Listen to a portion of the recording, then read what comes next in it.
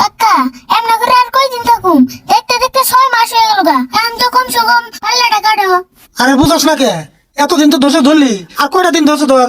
আমার পুরো বিশ্বাস এই পাইলে একদিন একলাই খুলবো, কারণ এটা একদম আমার হকের পাইলে। আমি নিজে কষ্ট করে কামাই করে হেঁটে হাতে পাইলে কিনছি।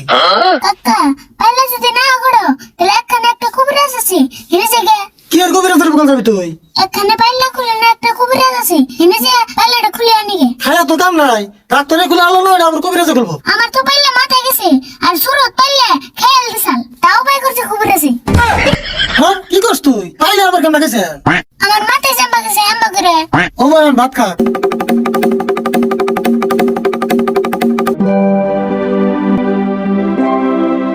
রাশিদুল ভাই কি করো? আরিফুল টাইম ধরে ভাতই খাও নাই? না গো, ঘুম থেকে উঠছে আজকে দেরি করে, না ফিরে আজকে দেরি করে খাইতেছি। এমন করে আর কতদিন খাওয়াইবে? পাইলাটা খোলার ব্যবস্থা করো। আর পাইলার চিন্তা চিন্তায় তুমি মনে হুকিয়ে গেতেছো গা। হুকামো না, পাইলাটা কিনে 2টা দিনও বাতরান দাঁড়ি নাই, তারপরে পরে পাইলাটা বিপদে পড়ে গেছে। তাহলে একটা কাম করো, আমি একটা কবিরাজের জন্য ফেসাল পাইরে আইছি, তোমার এই পাইলে 5 মিনিটে খুলে দিব। তাই নি? 5 মিনিটে খুলে দেবো? তাহলে তাই করি। আর এগুলো কবিরাজের কথা কইলো আমারে। কাকা আমি তো তোমার ওই কুবরাজের কথা বললাম। আচ্ছা মঞ্জুর, কবিরাজ রাঙ্গ বাইতে হবে লাগবো না? হ, আমি কইলে কবিরাজ একবার লগে লগে আইবো। তাহলে এক কাম করো মঞ্জুর, তোমার কষ্ট হইলেও কবিরাজটা রাঙ্গ বাইতে নিয়ে হোক।